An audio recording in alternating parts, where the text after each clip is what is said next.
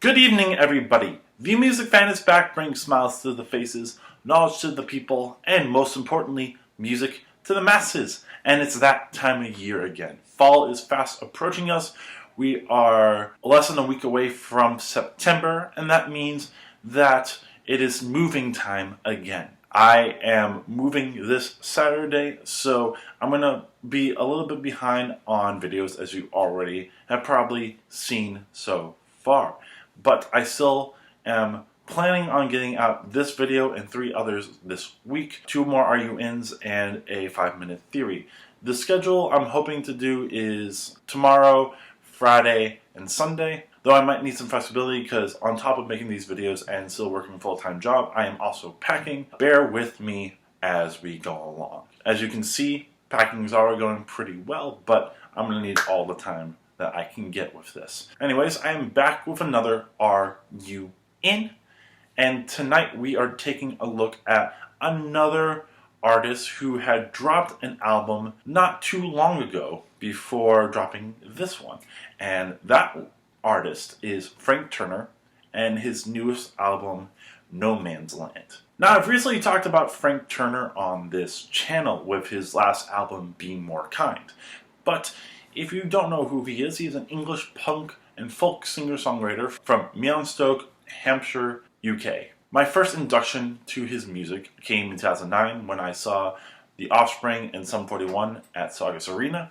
He was the opener, and it was really interesting to see him and an acoustic guitar and a mic. He was really interesting, though I completely forgot about him for a while. It wasn't until 4 years later with Tape Deck Heart that I got back into his music. And I really enjoyed this album. There's a lot of great arrangements and a lot of really personal and great lyrics. He's a great storyteller, among also a great vocalist and a great songwriter. Tape Deck Heart was, I believe, in my top 25 for that year, and going back to it, it should have been even higher than that. I find a lot of the arrangements still hold up, and a lot of the lyrics and melodies are very strong. However, I did lose track on him. I remember that Positive Songs for Negative People had came out, but I never checked it out. That's one of the years where I got really behind on music. But I was happy to find out that he was putting out an album last year with Be More Kind, one with a message of togetherness and hope for the future in a political climate that is very aggressive and hostile. I found a lot of the songs to have great messages, even if some of the arrangements were a little bit more simplistic and sometimes blander than what he has done before. I still really enjoyed it and had it in my top 50 for last year. And I thought, for a while that was going to be the end of what he did, for the foreseeable future. Some people don't put out albums within a span of a year, but when I looked on Frank Turner's YouTube page not too long ago, found out that he had dropped a bunch of songs. And not only that, but found out that this was all going to be a culmination of a concept album called No Man's Land. This album is a homage to some famous and infamous women in the past, and I found it to be a very interesting concept, so I was excited to see what would come of this. I will say that I am pretty mixed on this album. One big thing to get out of the way first is the lyrics, and the lyrics are talking about many famous and infamous women in the past. I've read other reviews of this album, and one that stood out was The Independent. I'm talking about how a lot of this is mansplaining, where because we as men or Frank Turner didn't know about these people, that means that no one does. I understand where that's coming from, and of course as a man I can't say that that is right or wrong. I can only say my opinion. This shouldn't be a situation where a man is telling the stories of women. You would hope that a lot of these names would have been taught about in school or be shown more in the mainstream so that more people would know these people. However, that is a fault of education, that's a fault of mainstream media, that is a fault of a lot of places. On my end, I didn't know about a lot of these people, and through his lyrics and through his storytelling, I'm happy to have found out about a lot of really interesting people. Going down the line, we have Ginny Bingham, a woman, I believe, who ran a bar or gave shelter to people. A couple centuries ago in England, her parents were tried and convicted as witches. Her son was tried for stealing livestock and I believe was killed. And she herself, people claim that she had killed multiple husbands. A very interesting and kind of infamous story, but one that is a really interesting character. We also have Sister Rosetta Tharpe, who is one of the pioneers of rock and roll, someone that as a musician I had never heard about. You always hear about Chuck Berry, Elvis Presley, Little Richard, Fats Domino, all these people who took blues and made it into rock. Ray Charles as well. But I've never heard the name Sister Rosetta Tharpe, and apparently she was an inspiration to a lot of these people. I find that a really interesting story. Catherine Blake, the wife of William Blake, who was there for him when a lot of people were calling him a kook and a loony. Nika, another really interesting one about Panonika de Koningswater. I had heard the name before, but had no idea who she was. As someone who has studied jazz, I found it really interesting to finally find the origins of why a lot of songs like Nika or Nika's Dream or Panonika were named after this person. She was basically called the Baroness of Jazz. She was someone who brought in a lot of famous jazz musicians into her abode to have impromptu jazz concerts. She was a patron of the arts. She actually funded some of these musicians to be able to go to other places to play concerts. She would pay for their transportation. She was a close friend to Charlie Parker and to Thelonious Monk. Even though I've studied jazz, I've never found the backstory of this person. So if not for this being included on the album, would never have known it. The other people like Nanny Doss, the Black Widow, maybe it's a little bit weird to include her on here, but I find her story interesting and I find the perspective of this story pretty interesting. She is someone who killed multiple husbands as well as other family members. Other standout ones, you have Mata Hari, the dancer and German spy during, I believe, World War I. You have a song dedicated to the Crossbones Burial Ground where a lot of women of the night were buried because there were no brothels or shelters for these people. You have Huda Sha'arawi, hopefully I got that right, one of the leaders of the Egyptian feminist movement. You have Kassiani, a hymn writer who is also well known for denying the hand of the king because the king wanted to marry her, but she was against him. You even have a song about Resusci Ann, who is the CPR doll that was made in the image of a woman who had died in the late 1800s, drowning, and no one was able to save her. And you even have a song about Frank Turner's mother at the end. You have a lot of interesting stories on here, and I think for the most part there are some pretty creative ways that these stories are told. A lot of the songs are in the perspective of the woman in question. The Hymn of Kassiani, The Graveyard of the Outcast Dead, I Have the Day, Perfect Wife, I Believe You, William Blake. You have a lot of these songs from the perspective of the person. I think a lot of them stand out because of that. Even though the songs aren't interesting, the lyrics stand out in an interesting way. I find the tongue-in-cheek nature of A Perfect Wife really fun. I like the first-person perspective of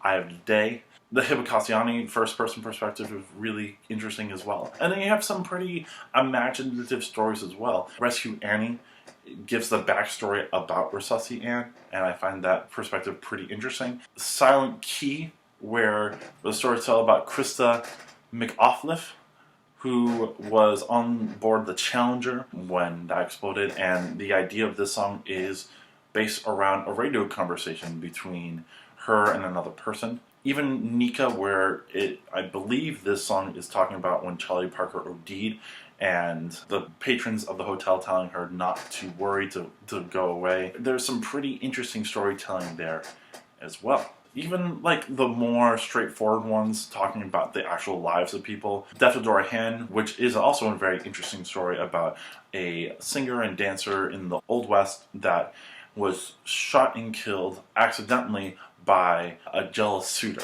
Or even Jenny Bingham's Ghost, the more straightforward ones, for the most part, do well as well. I'll say the two that don't do as well to me is The Lioness and Sister Rosetta. I don't think the lyrics spell out enough of this person's story, making a lot of it pretty bland. On the other end, The biggest problem about this album is there is a lot of pretty bland arrangements. Don't get me wrong, there are some pretty standout ones. When the music is more simplistic, it stands out because it gives room for these interesting lyrics. Songs like Eye of the Day, Ginny Bingham's Ghost, The Graveyard of the Outcast Dead, Rosemary Jane, and the Hymn of Kassiani all are pretty simplistic when it comes to their arrangements, making room for the more interesting stories. And each of them have their own little parts. I enjoyed the melody line on Eye of the Day. I really enjoyed the building of Rosemary Jane, as well as the plucked chords and some really solid guitar work on that song. Same thing with The Graveyard of the Outcast Dead. Nice building, nice guitar chord progressions at the beginning. I like how the Hymn of Kassiani uses more Byzantine and Middle Eastern ideas without being super cheesy. I really like the fast-paced nature of Ginny Bingham's Ghost. Reminds me a lot of a Mumford & Sons song. Very folky. I love the brush drums on there as well. Running out my favorite songs on the album, The Death of Dora Hand, even though it isn't hugely simplistic, it has a little bit more energy than all the other songs. I do like the folky country flair. The bridge has a lot of energy, and there's a great guitar solo that really breaks up some of these arrangements. From there, you're getting some weaker songs, and this is where it gets a little bit harder to listen to some of these songs. So the best of them, I believe, Do William Blake has some great energy, though I feel like the production's a little bit weird.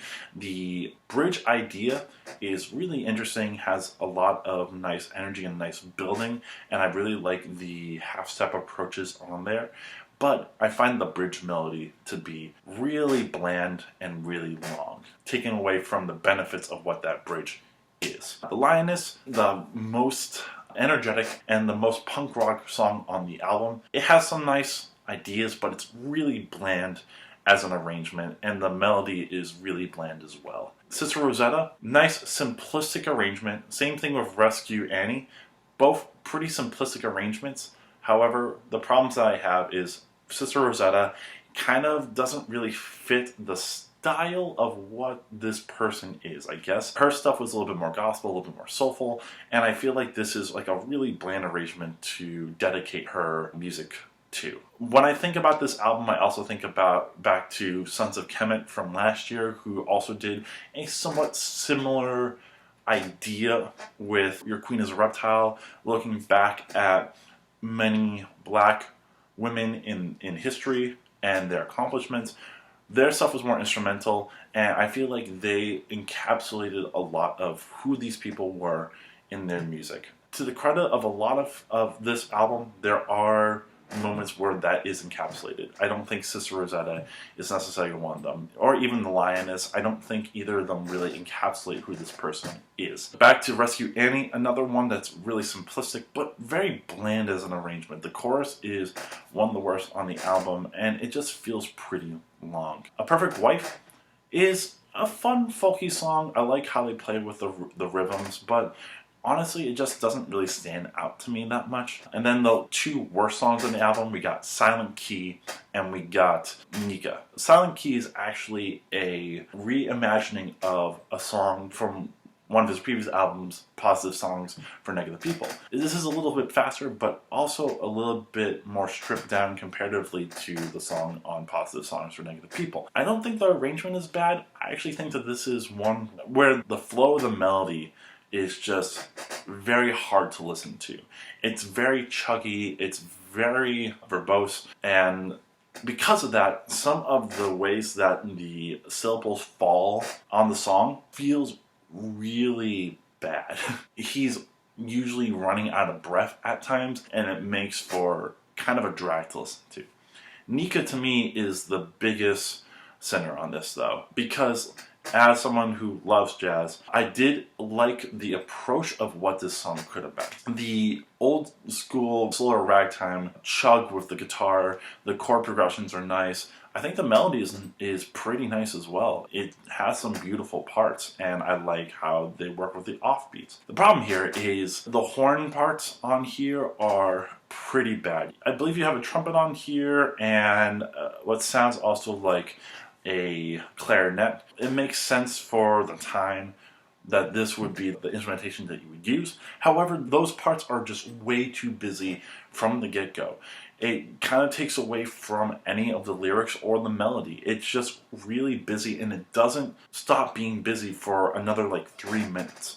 It's not until that last minute where there's less activity with these parts that you can finally get some breathing room to listen to this song. And because of it just makes this song feel so long. I really enjoyed the brush drums on there, and I do like how it picks up later in the song, but it just takes way too long to get there, and that is the problem to me. It could have been a really cool song, but to me it becomes one of the worst songs on the album. That being said, I think there's enough here, both with the music and with the content, that you will get a lot out of this album. Yes, there are some weaker songs, but honestly, once you get through that stretch of Nika, Perfect Wife, and Silent Key, you kind of clear for the rest of the album. I will say also, some of the weaker songs are at the beginning, and the better half is from Eye of the Day on. But, you know, you still get I Believe You, William Break, Janine Bingham's Ghost, and Sister Rosetta, even though it's pretty simplistic, is still a nice arrangement. I will say, listen to the full album. I don't think you get anything else out of it after one listen, but there's enough here to satiate your appetite for both folky music and for learning. I am really appreciative that I learned a lot about these people, but I would say after that, if you find any of these stories interesting, do some more research. There's a nice touch on a lot of these people, but a lot of their stories are much more complex than that and deserve the time to be studied and to be learned about. I got a lot from this album, even though I didn't enjoy all of it. I hope you did as well. But that is my time. Thank you so much for watching. Let me know if you like or hate this album and your reasons why. Let me know also other albums in 2019 that you would like me to review. Share this with your friends. And most importantly, subscribe to my channel. That way I know you enjoy what I do and want to see bigger and better things from this channel in the future. Also, one last thing I would like to ask from you guys. Learning a lot about these women in history makes me want to also learn about some other women in history, with both infamous and famous. So let me know other women in history that you think deserve to be learned about. And yeah, leave that in the comment section, and hopefully you guys give some great ideas, because I would love to learn some more. Until then, this is The Music Fan, and I'm signing off.